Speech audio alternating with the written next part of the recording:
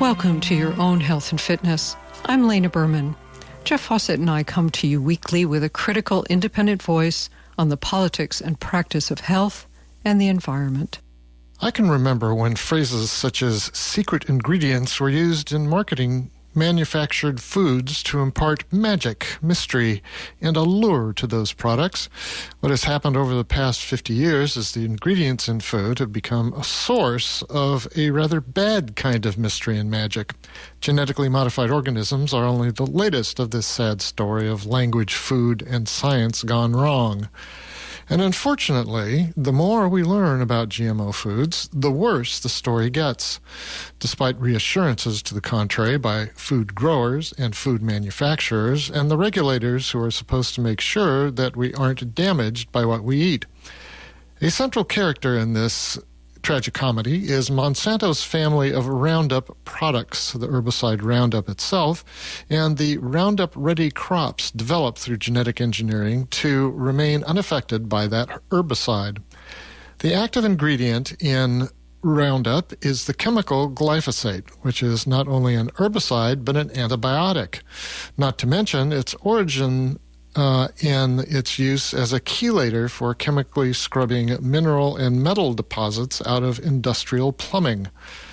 Residues of glyphosate are passed on in areas sprayed to control weeds, such as private and public lawns where people sprawl to bask in the sun.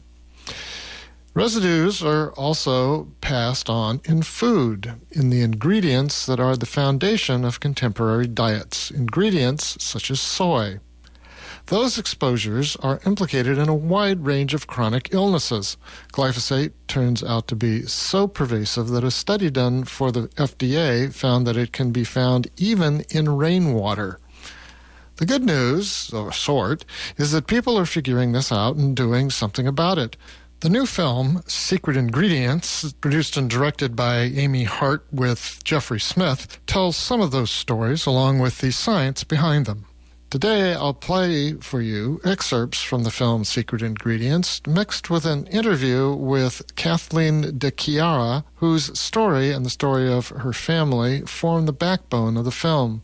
Kathleen is a licensed functional nutritionist and health advocate who is the founder of Nourished to Learn, an organization that works to bridge the gap between nutrition and athletic and academic performance. She is also the author of The Hidden Connection. This first clip you're about to hear opens the film. It features Kathleen talking about her experience and the experience of her family. After it runs, I'll come back and talk with her.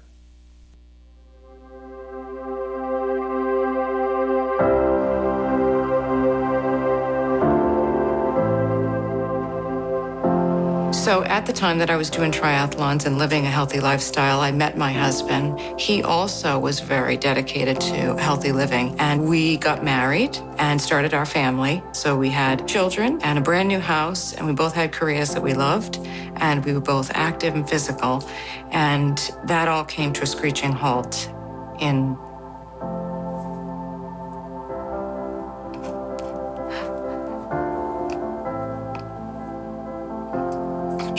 August of 2007.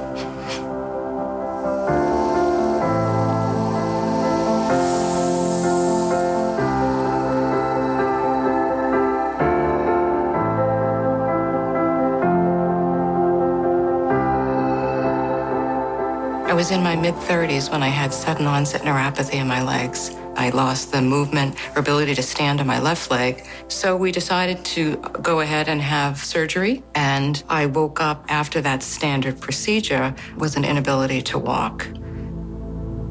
I had what's called chronic pain syndrome. So I had pain messages running through my neurological system around the clock. There was no way to turn that pain off. I became very dependent on pain management techniques, steroid injections. I think they injected every part of my body, my skull, my neck, my spinal cord. It got so bad I couldn't move my wrists. I had injections in my wrists. And that just really cascaded into a number of chronic diseases. Myofascial syndrome, fibromyalgia, IBS, food allergies, chronic pain. Depending on who I went to, there was a new diagnosis. I eventually lost the job that I loved because my prognosis was so poor. And I spent, the majority of my time thinking about what I could do, or what my options were as far as recovery.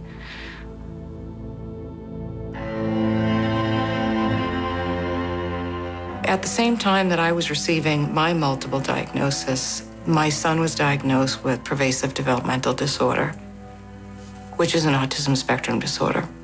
And as a parent, you're sort of, when it's your first child, you don't know where to go. You don't really know what to do with that information. A well-respected neurologist said that he would never speak and that he would never have peer relationships or social experiences, potentially not live on his own, never get married, and that his social anxiety was so severe that he really needed medication to be able to survive in society.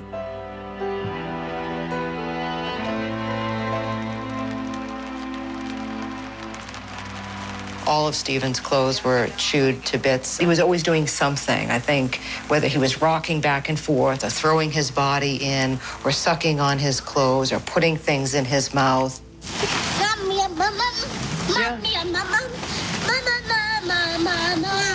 He would use those kinds of movements or flapping as a way to calm his central nervous system. And if he wasn't doing it, then he was usually shut down.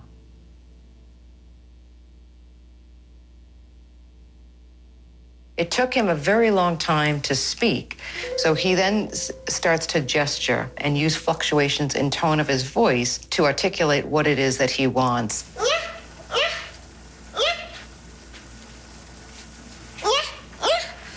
You cooled your Stephen required a lot of speech therapy. When I started working with him and joined his team, he was in second grade. At that time, Stephen was communicating with mostly gestures. And when you can't control your tongue and move it or pull it back in or pull it forward, you have to teach the child how to do that. And Stephen had to be taught that over and over again. My son Camden had early signs of asthma, so getting chest x-rays to look at how much scar tissue was developing from repeated cases of bronchitis. In fact, we had to rent the nebulizer so often from the pediatrician that she suggested we buy our own, which we did. He was very puffy looking and swollen, but then we thought, well, he's chubby. He's just a chubby baby, and isn't that cute? But in the back of my mind, I'm thinking, I don't know that his belly should be that distended and hard-looking and big. He was prone to constipation, which would then lead to mood-related issues and agitation and anger. I felt like he was very hot and cold, happy one minute and then in an anger and rage in the next. You couldn't reason with him. We had to wait for him to calm down so that we could even have a conversation with him. So in Trayson's case, his body was covered in rashes, head to toe, behind the knees, was so inflamed, he was bleeding. My husband is naturally very lean and athletic. He was doing all natural bodybuilding and has a really good build. So we noticed that on one side of his chest, he was developing an enlarged breast tissue. So he went and had a mammogram, and that came back as a benign tumor called gynecomastia in men. What they recommend is if it bothers you enough, then they recommend surgery to have it taken out, basically. And, I asked the doctor, how does it come? How does it come about? And they really didn't have many answers. But I had my suspicions that something we were eating every day may have been contributing to the gynecomastia.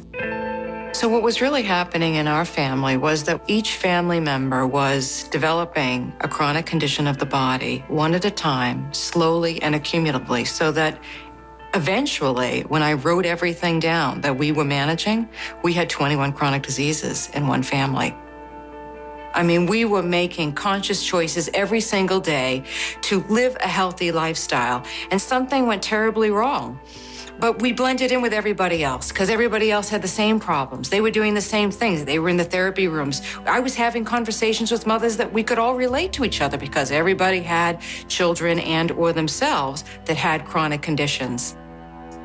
So our son was diagnosed on the autism spectrum when he was 3. My youngest daughter started having some GI issues. My daughter was about 8 years old, and she was looking really inflamed and puffy, and she was starting to develop breasts. I was diagnosed with stage 2 breast cancer. I have had 3 miscarriages. My first boy, he had an allergy to milk and then to nuts. And I know that our family is like every other family out there. I know people are doing the same exact thing, that as the symptom comes up, they address that particular symptom. And before you know it, one is piled on top of the other, on top of the other. So we were essentially, at a very young age, even though we were health conscious, we were managing early signs of chronic disease.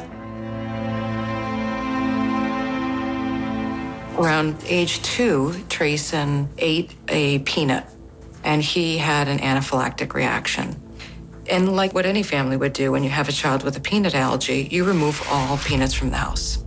And I said, why is it that we're willing to remove foods from the house that we know are life-threatening to an individual that would have an anaphylactic shock, but we're not willing to remove foods that would create chronic disease and a slow death? Because essentially what you're doing is you're still contributing to death, but on a very slow, steady basis. And that's when I said, I will never bring foods in this home that do not contribute to health, that in any way jeopardize anyone's health in this family. And that was the beginning entry point from when I started to look at the food and the body and the physical symptoms. I decided that I would learn as much as I can. So even in a short period of raising a family and trying to reverse my own condition, I spent 1,700 hours studying only nutrition, 100% holistic nutrition. And I learned some of the biochemistry behind autism and how food chemicals break down in the body and the mitochondria and the endocrine system. And that became really interesting, where I started to really learn about specifically what autism can teach us. In fact, autism was my greatest teacher about the human system and its interaction with food. Oh, try it again. Cool that air. Make that air cool your tongue. I can remember, I think he was 5 years old. I'm trying to teach him how to read. So I'm looking at a word, let's say cat, and I'll say, ah. So repeat after me, ah, and he'll get it. Take him a little while, but he'll get ah. And then I'll go to the T. Okay, so give me the T sound, t, t, t. It'll take him a while, but eventually he'll get it, t. So I'll say ah again, and the t again. Now I'll say, no, let's put them together, act. Couldn't do it. Could not do it. It was the most frustrating thing. And I would get frustrated.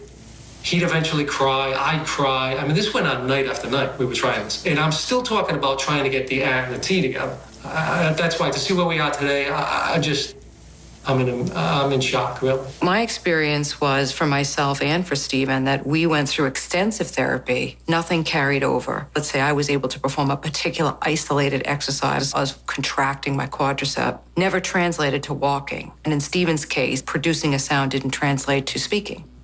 When we made dietary changes and pulled the foods out that were disrupting the body and damaging the body, the therapies translated to long-term results.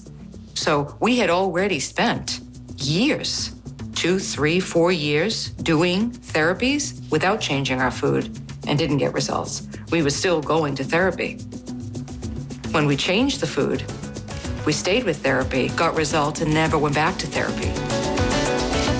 One of the main things to avoid to achieve a healthy status or to remove chronic conditions of the body is to remove GMO foods or genetically modified organisms.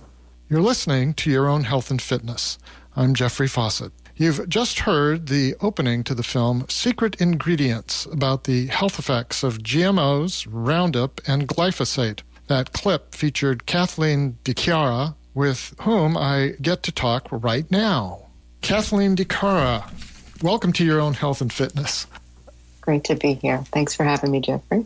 In the clip we just heard, you described the journey that you took in solving a huge number of problems that your family experienced, health problems your family experienced, by transitioning to an organic, non-GMO diet. What barriers to making that journey did you encounter, and how did you overcome them?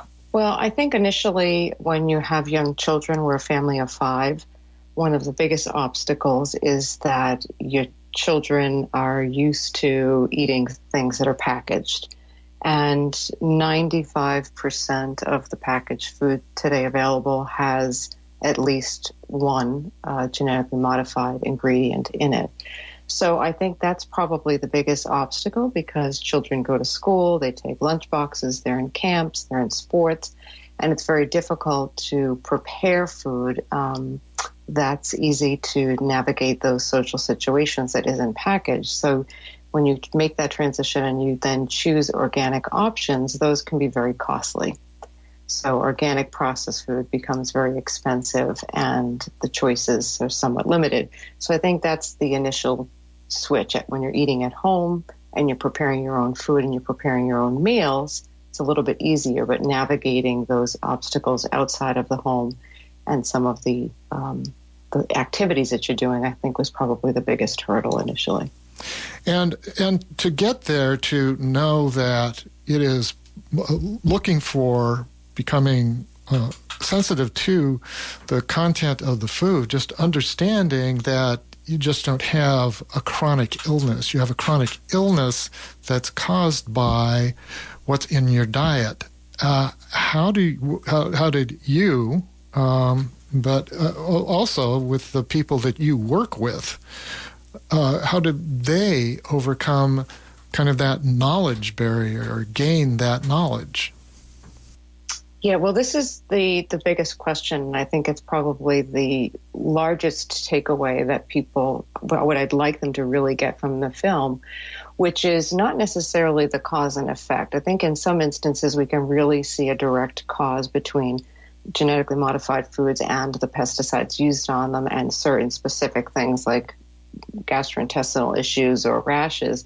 But there is also this element that we found within our particular case, because we had 21 chronic conditions that we were struggling with, some of which had been going on for very, very long, like many, many years, up to 10 years, that weren't necessarily the direct cause by genetically modified foods and or the pesticides used on them, but we couldn't recover from. So in that instance, they were keeping us in a perpetual cycle of illness. So we couldn't recover from those kinds of conditions. We were doing aggressive therapies, physical therapy, occupational therapy, speech therapy, and we were seeing some slight improvements, but we were never getting well enough not to continue those therapies.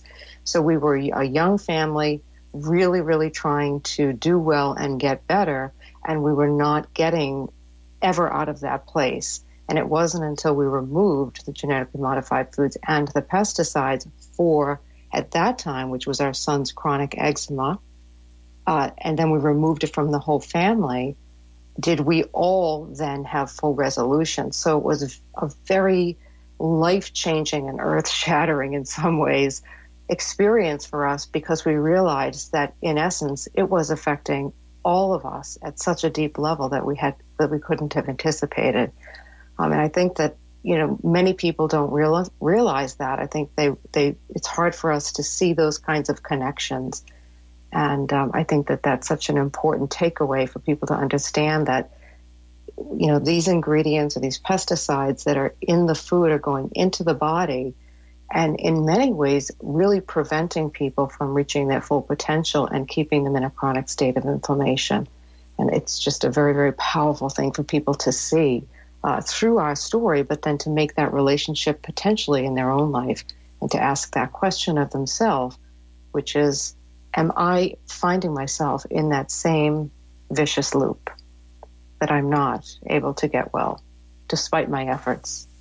One of the things that you mention, I think it's in the context of discussing your oldest son, it has to do with kind of multiple causation for, in this case, autism spectrum disorder. The question that's on my mind, given what you just said, is it sounds like what you're saying that no one should walk away from this film thinking necessarily that a non-GMO organic diet is the answer is a panacea, that there are other factors that are going to be in play in dealing with sets of quite complex, sometimes complex, chronic illnesses. Is that accurate? Yes, that is accurate. And I think in certain instances, we absolutely can see that there can be very specific connections that somebody, in the instance, like I said, of my youngest son, we could very clearly see that when he was exposed to a very specific, in this case, canola oil, he got a very serious case of chronic eczema and raging, skin irritation and rash. But in these other instances, these more complex conditions, in the instance of my oldest son, it wasn't that clear. It wasn't that simple, shall we say. Yet that, yes, there was this underlying complex, multifaceted disorder of apraxia and speech and language delays and complex disorders of the body, and that you couldn't necessarily just say that the removal of genetically modified foods and pesticides and a switch to an organic diet was, in essence, the cure-all, but that we were doing all of these other things for him since the age of 2, which is when he started early intervention, and years and years and years and years of therapy, and he was not making any substantial gains. He was still going to all of those therapy all those years, and when we switched the diet, there was a significant and very, very dramatic change in a very, very short time. So much so that it literally took our breath away. And so it was very remarkable. And if we didn't see it with our own eyes, we wouldn't have believed it.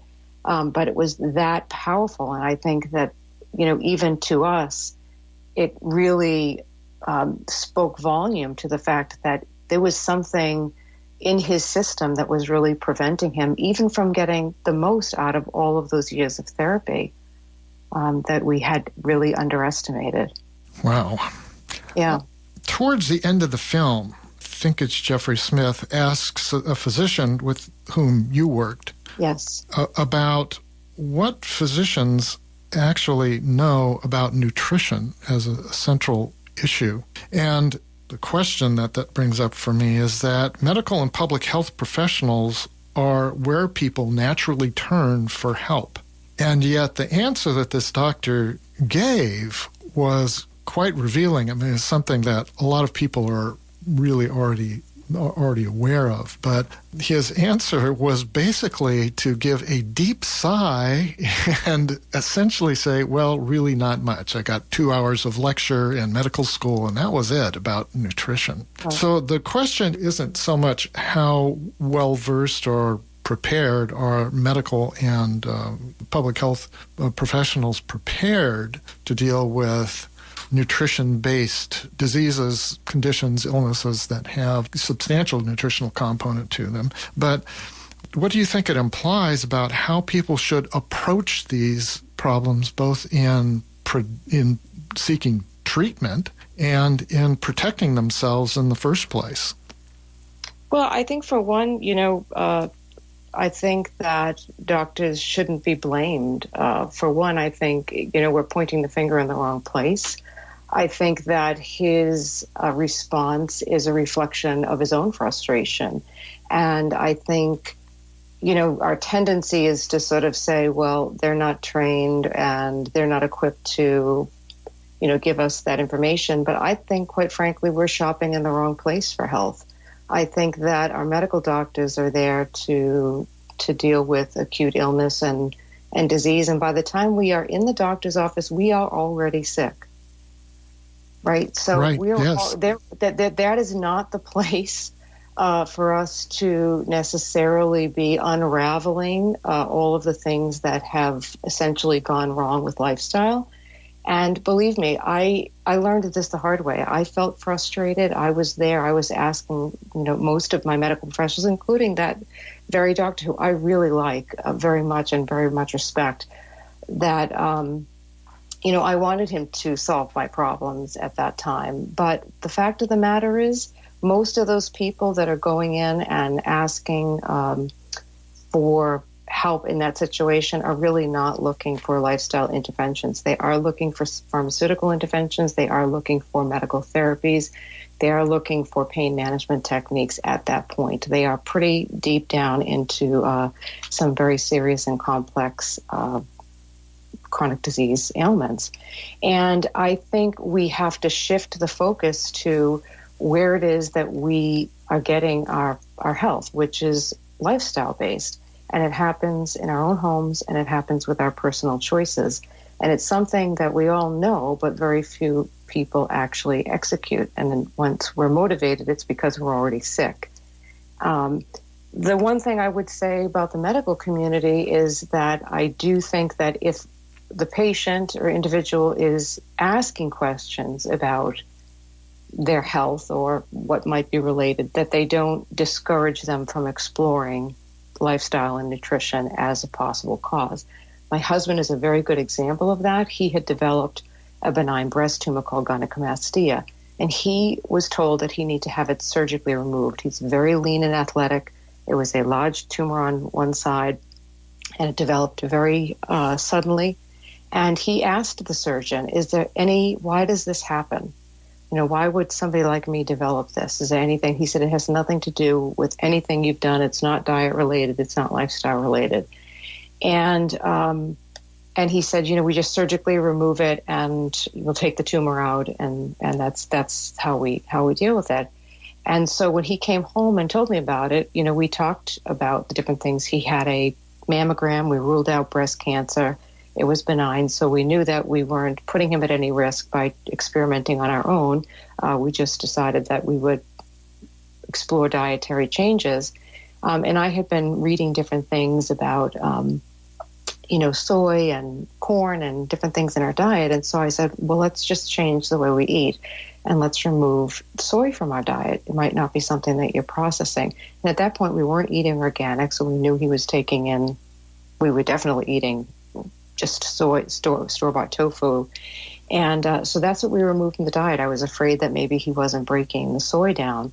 And within 6 weeks, he had no breast tumor.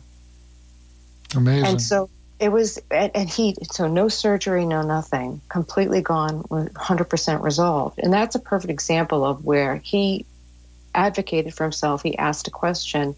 And now, certainly, it's not a good business model for that surgeon to say, oh, no, there's plenty of other things that you can do on your own, because he's in the business of doing surgeries. But in essence, it was, it probably would have been good practice or best practice for him to say, there are things, for him to be aware that there are maybe other things that people can and should do. So I would argue that certainly there's a lot of room for improvement, and certainly our medical community should be do no harm, and a patient should be aware that there are always things that should be explored before they undergo any type of invasive therapy or surgery or cut the body open. So I just think that the consumer really has to understand, at the end of the day, we are responsible for our health. We are responsible for every choice, to have surgery or to not, to have health or not. It's a very active process to engage in a healthy lifestyle and to really maintain your health every day. Physical movement, your lifestyle, your diet, your nutrition, your overall well-being. And that our medical system is really to support us should we not be well, should we get to that point where acute illness strikes. And there are amazing people there to support us once that happens. And I just think we need to stop turning to the medical care system for our lifestyle and healthcare needs. And I think if we can really engage the consumer in that possibility that they really are in charge and that they can do it, then we can shift and turn that around and have people feel really more empowered about their outcomes. I'm going to take a brief musical break. When I come back, I'll continue talking with nutritionist and health advocate Kathleen DiChiara about the film Secret Ingredients. Stay tuned. We'll be right back. You're in the right place.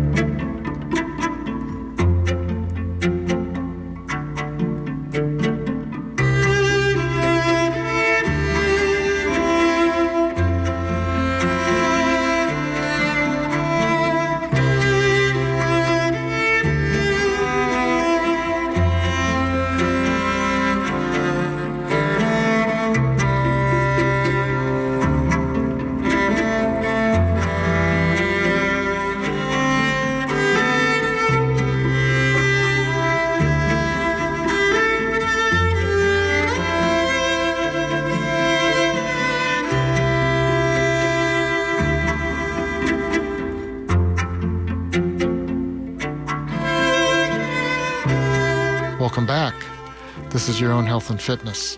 I'm Jeffrey Fawcett. I'm talking today with nutritionist and health advocate Kathleen DiChiara about the film Secret Ingredients. Our website, yourownhealthandfitness.org, has more information about this show as well as our almost 700 other shows, a free download of today's show, free open access to recordings of all our shows, a free newsletter about upcoming shows, and more. Now let's return to my interview with functional nutritionist Kathleen DiChiara. She was speaking to the issue of our responsibility for our health and our expectations of medical and public health professionals. You are saying something that's very much in agreement with what we advocate on this radio show, is that in whatever medical, the kind of medical interaction that you're describing, that you're there because something isn't right, that it is imperative that you take the attitude that you're an active part of this, and that you may even have to, you as the, not you, Kathleen, but yes, because you already did this, but anyone who's listening to this, that part of your job is you may have to educate your physician. You may have to look for a physician that you're comfortable working with, that you think right, you're getting the right kind of information from, that it's not a passive thing. So I'm really in great admiration of what you've done and what you're advocating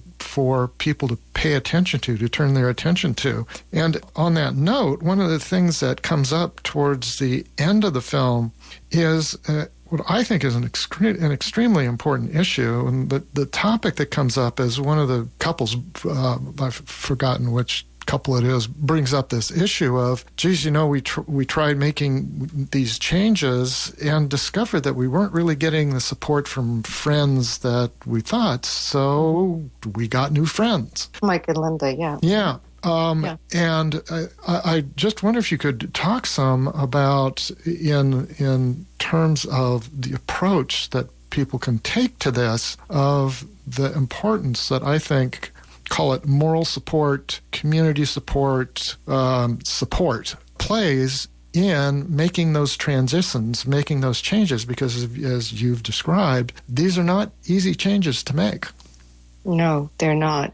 And I think one of the things that really happens is that people can feel very isolated, and feeling very isolated and eating organic food alone in stress is also not healthy, right? So we don't want to get to a place where we're eating the perfect diet, but we're isolated and alone from people that we love, and we have no sense of community, because research actually shows that that's actually not healing. And it's not healthy, and we are not going to thrive if we're not around people and feeling connected. So it's really, really important that this happens, but it also happens in a way that we can still be very connected to people that we love. So a couple things to keep in mind is, one, that this is very difficult for other people to adjust to, because they only know what they know, and they only know their experience with you. And now suddenly you've changed the way you do things, and it's hard for people to navigate that, because they feel that they don't necessarily have to do what you're doing because you're motivated by illness, and they don't necessarily have that same element to deal with. So this is usually what comes up. Well, you have to change because you're sick. I'm not necessarily chronically sick, and therefore I don't have to do that. But the real essence of this is that when you come to the place that we eventually ended up, which was initially, it was just a couple of us in the family changing our diet because I was very ill and I was actually trying to help myself, trying to save my own life. And then helping my son with special diets, gluten-free and soy-free, and we were dairy-free, and we were navigating different allergens. And then ultimately when we discovered through the eczema that it was the genetically modified foods and the pesticides that was ultimately really wreaking havoc on us systemically. That it really wasn't a specialized diet that we needed after all, but that what we really needed to do was change our core values around what we thought was healthy living and what we truly valued as growing up and teaching our children what it means to honor the self and honor the health of the planet. And when that shift happened inside our home, it created a real sense of freedom and liberation about the way we lived, because we lived together as a unit, as an internal community in our own home, with true congruence about what we valued for ourselves individually, for ourselves as a community, and then for ourselves as the earth and as the planet. This is all of these things tied together. Because really what we were saying is the things that are important to us were important on our plate, but they were also important for us as collectively as our values for what we stand for: regenerative agriculture, honoring the things that are good for the earth and for the next generation, for our children and their children, right? And so in doing that, it really, people who cared for us and people who loved us and saw us getting better had a really hard time resisting that change, because they didn't necessarily have to agree and do it in their own home, but they did have to respect our choice. And so things coming and celebrating us with us around the holidays, you know, they could really just celebrate that we were having a better life and that we were getting better. And so it just shifted the conversation. And with our children, it became more around being with other people and celebrating the experience together and community together, and less around very specific food. So we talk about healthy food, but in a non-judgmental way. So we might bring dishes to social situations and share food that we bring, so that we always made sure there was stuff that the kids could have that we brought along, and just share with other people. But we wouldn't say things like, you know, don't have that, you can't have that, don't touch that because that's not organic. You know, yeah, oh my God, you're going to eat that? Yeah, right. But we would celebrate the things, and then people would ask questions. They would get curious, and then we would just talk about it in the context of different social situations. And people are actually interested. I think most people are not doing certain things or changing because they don't understand. It is complex. It's something that they haven't had to change, and so they're not really sure. And then when they do learn or ask questions, they go, "Oh, I hadn't thought of that," or "I didn't know that." Or, "That's really good to know. I'm going to not do that the next time," you know. Or when I make my next dish, I'm going to make that change. So I think there is a way to do it. And when people say, "How do you get somebody else to change?" My answer to that is to just model it. To just you be an example for others, as opposed to trying to tell everybody to do it. To just be a living example of that, and to do it with grace. And when you do that, people do want to emulate that, and they really do want to live it in their own life, and do it in a way that is non-judgmental and, you know, and really inviting. So I think there are ways that we can do that. We can certainly share information. There's a lot more resources and ways to do it that maybe were a little more difficult five years ago, even 10 years ago. But certainly today we can do that. So I think Linda and Mike brought up a really great point. You know, you do make new friends. You do connect with people who share the same interest in this topic. But you'd be surprised. I think a lot of your friends that didn't eventually come around and say, you know, this is a topic that's become really important. And boy, you've been doing this a long time. And now I'd like to learn more. So you do have to be patient with people and recognize that there are a lot of really great people in this world that may never choose an organic diet. And that's okay. You know, they're still really amazing people. And so you just have to be, I think, accepting of all people. And if they're curious, they will talk to you about it. And I think you just have to be willing to talk to the people that are ready to hear your message. Well, it sounds like what you're describing is something, again, that I'm very positively disposed towards, which is human beings are very mimetic. The way that they learn is by imitating other people. And it's kind of portrayed as being a bad thing, but actually it's a good thing. Right. We are also, what you're describing as something else that's important is that what you in your personal life and the others who are portrayed in this film are doing is being kind of ambassadors.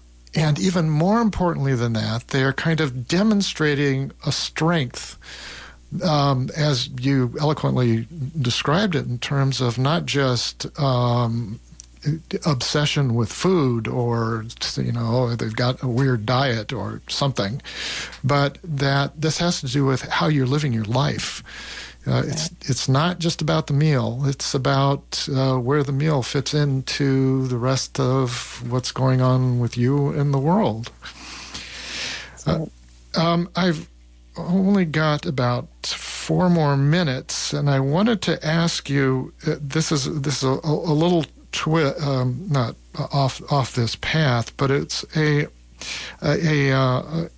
something that appeared recently in the news. That was a report of a study that was released by the FDA, and it was requested by them, that reported that glyphosate, which is the kind of what we've been talking about as being the active ingredient in Roundup and the kinds of problems the diet-related problems that are discussed principally in the film, that glyphosate is found in rainwater. Mm. Yes.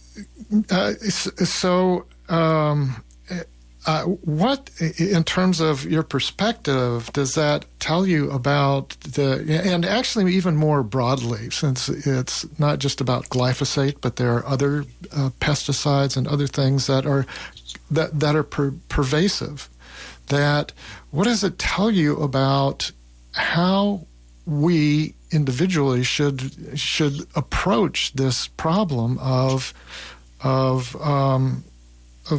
how to protect ourselves, how to protect other people, and how, even if we are able to do a non-GMO and organic diet, what the implication is about other things that might be affecting us unawares? Such a great question, Jeffrey, and I'm aware of that. That information that had just come out, and I think there was a geological survey that talked about that it was in the rainwater, and I mean it's really pervasive. It's everywhere. It's in the water. It's in the land and the soil. It's in breast milk. It's in pretty much everything. And I think one of the interesting things, and I talk about this when I give lectures now as well, which is we talk about these assaults, and if it wasn't glyphosate, it would be something else. That we, for one, do have to stop putting it in the body, right? So we do have to be aware that it's being used, that it's just throughout our food system, and that we have to be aware of how pervasive it is and how much of it's being used, and we have to stop supporting the use of it. So that's the first thing that people can do, which is really lift that burden off the body and stop bringing the volume of it in. Secondly, is that people need to really make sure that their body is resilient and strong. And so we can often live in this place of fear and say, well, there's nothing I can do about it. It's really everywhere, and I'm going to be subjected to it. And I like to take the approach that we can't afford not to be strong anymore. We really have to move through this world with the capacity to handle these assaults, whether it's glyphosate or pesticides or chemicals or other environmental exposures, because they're really everywhere, and our bodies do have a really incredible capacity to heal and to cope with them, but they're coming faster than we can cope, and so we're going to need to be able to be strong. So even more important, that the quality of our food is really high, that we are moving the body and exercising consistently, that we are getting proper sleep, that the body is incredibly strong. And so I say to people, it is not just something that you do, for a very specific goal. I want to get healthy because I'm getting married, or I want to get healthy because I'm having a baby, or I want to lose some weight. It is a constant conditioning, a way that you really, really sort of keep the body constantly primed and conditioned to handle these types of things, because when the body is working that well and you have a very strong ecosystem inside, very much like the land, when we think about the healthy soil, those bacteria in the soil oftentimes can metabolize and break down a lot of these environmental toxins and pesticides. And this is also true inside the body We believe that the microbes inside our body can protect us.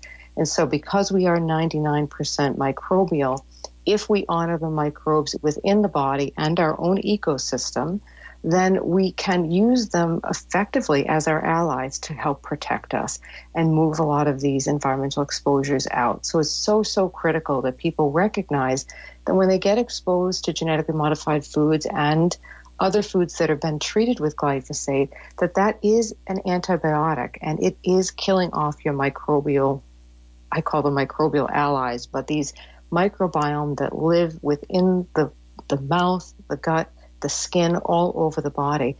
And this is really what's protecting us from all of these environmental exposures. So it's really this two-part thing where we're lifting that burden, keeping the body protected from not taking in so much, but then also honoring the microbial ecosystem that we carry around so that when we do get exposed through a restaurant or through the rainwater or through our own environment, that our microbial allies are really able to protect us and methylate and break those compounds down and move them out through the body.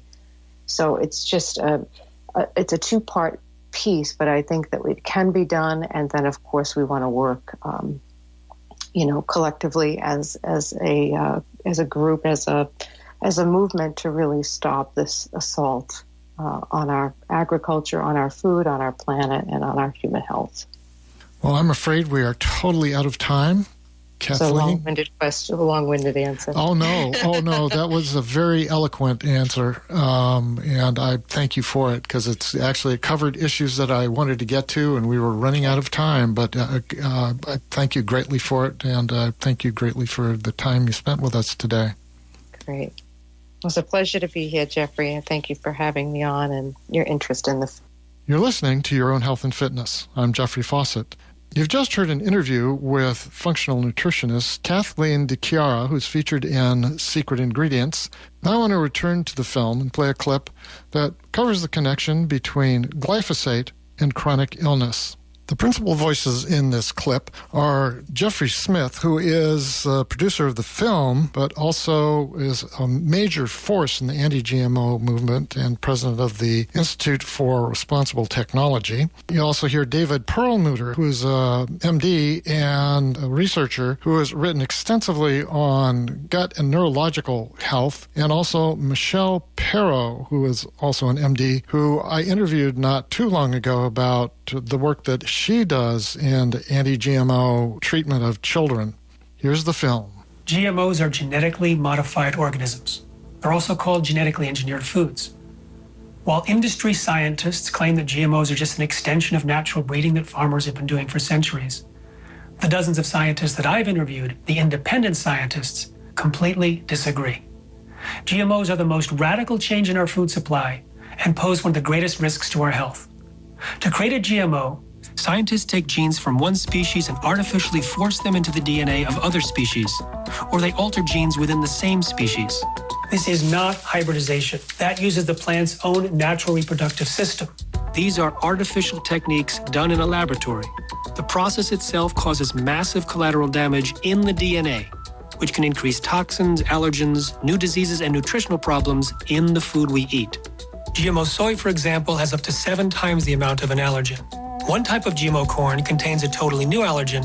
Another has more than 200 altered proteins and metabolites, including those linked to allergic reactions and cancer. These type of unpredicted changes may help explain why lab animals fed GMOs suffer from a variety of health issues. There's genetically engineered soy, corn, sugar beets, cotton, canola, and alfalfa. These are the 6 main GMOs. There's also papaya from China or Hawaii, as well as some zucchini or yellow squash.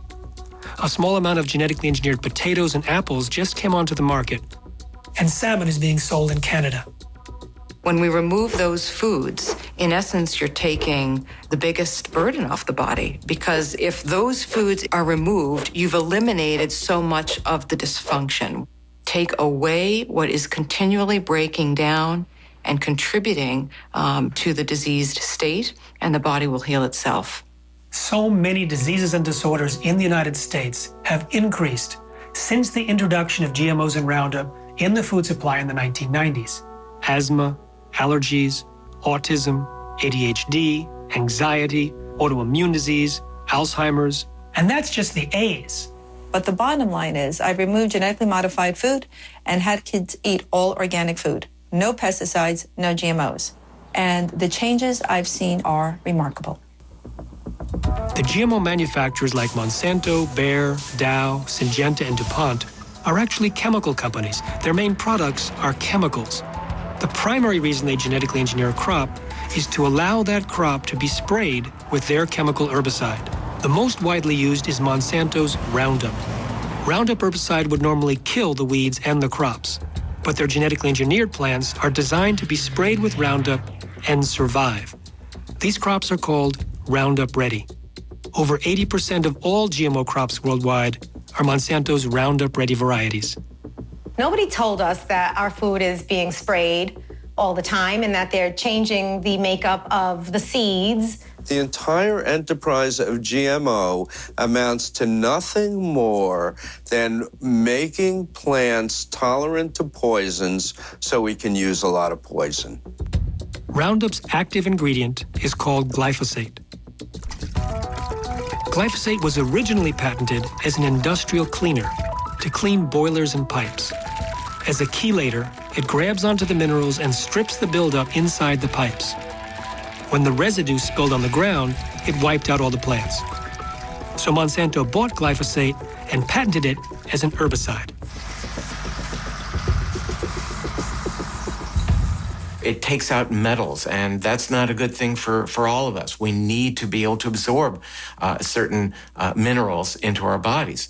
And that's compromised when glyphosate is present. And Stephen was presenting with mineral deficiencies. And so that started to make sense to me. I started to say, well, this seems risky that we would be bringing in a food that could potentially take minerals out of our body and also damage the gut microbiome. We now understand that human health and even brain health depends on the health of the bacteria that live within us. We call the bacteria and the other organisms the human microbiome. The cutting edge of medicine right now is the organisms that live from your mouth to your tush, to the other end. The trillions of bacteria in your body control many aspects of your health, your immunity, your metabolism. Production of vitamins. It's the first line of defense for detoxification. Your set point for inflammation, for example, are all mediated by your gut bacteria. They are your buddies. You have to love your microbiome. They make the very chemistry that rules your brain, the brain chemistry that makes you happy or sad.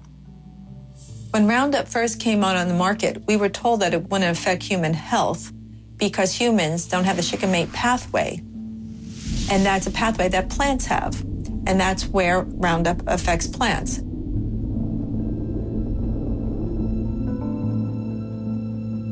We don't have this pathway, but our gut bacteria do. And without our gut bacteria, we can't produce the compounds from certain amino acids to make these other chemicals that we need to run our entire body. Things like tyrosine and tryptophan. Tyrosine for dopamine, and tryptophan makes serotonin. Both of them are considered feel-good chemicals. More than 90% of the serotonin in the body is actually manufactured in the gut. So when you unleash a chemical like glyphosate that damages the gut bacteria, there is hell to pay. There are consequences that we are just beginning to understand, but that are very, very real. We know what glyphosate does. It's been patented as an antibiotic. Because I had already been looking into the microbiome, I thought, well, the last thing we want to bring into the body is an antibiotic, particularly on food, because our microbiome or our bacteria is really our number one defense. It kills the beneficial gut bacteria, the probiotics we normally pay for, like lactobacillus. It doesn't kill the nasty stuff like pathogenic E. coli, salmonella, and botulism, which can overgrow in our gut. My middle son, who was about 8 years old at the time, started displaying autism symptoms. His teacher called me and said something is going on with him. We noticed that he was hitting. He actually tried to hit us. He had a red rash around his mouth as well. His grades dropped from A's to D's, and he just had behavioral outbursts. And I thought, something is going on with him. This is not just a phase.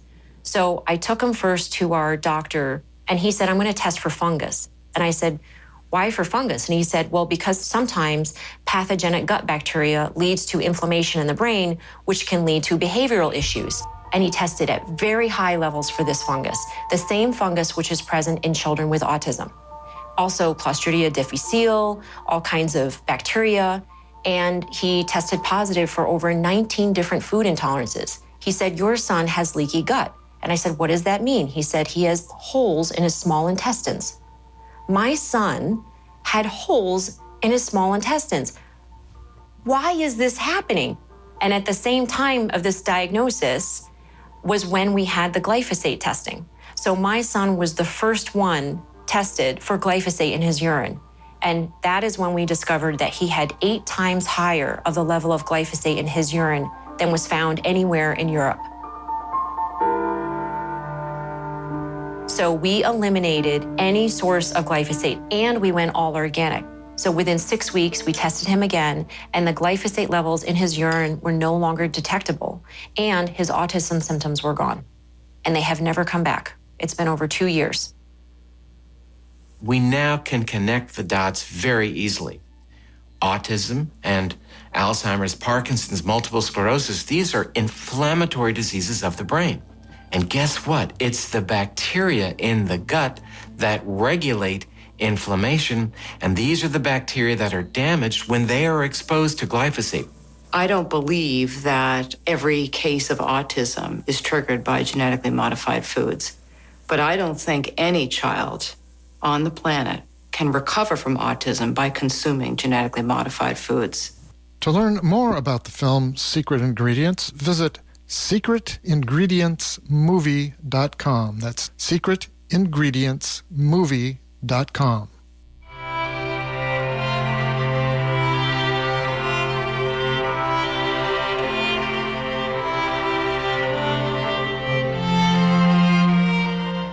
Thanks for joining us today.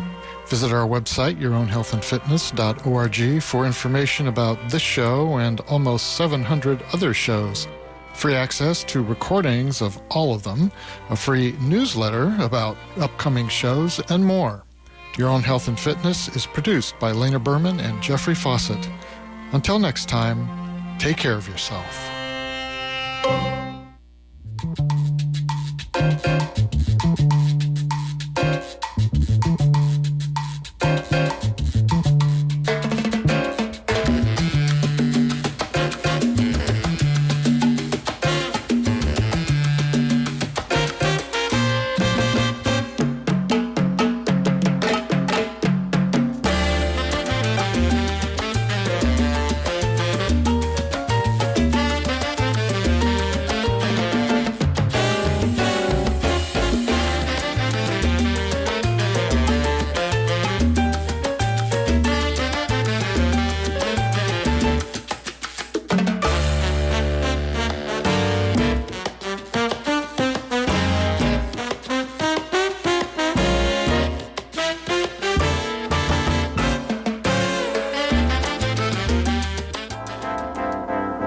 You are listening to 94.1 KPFA, 89.3 KPFB in Berkeley, 88.1 KFCF in Fresno, 97.5 K24HBR in Santa Cruz, and online at kpfa.org. A quick reminder that your local station board elections are happening now. Please visit kpfa.org or elections.pacifica.org to read candidate statements and more information about the election. You are eligible to vote if you donated a minimum of $25 between October 2nd, 2017 and November 19th, 2018. Look out for your ballot via email or post mail starting January 21st, 2019. Have questions? Contact the local election supervisor by emailing les.kpfa@pacifica.org.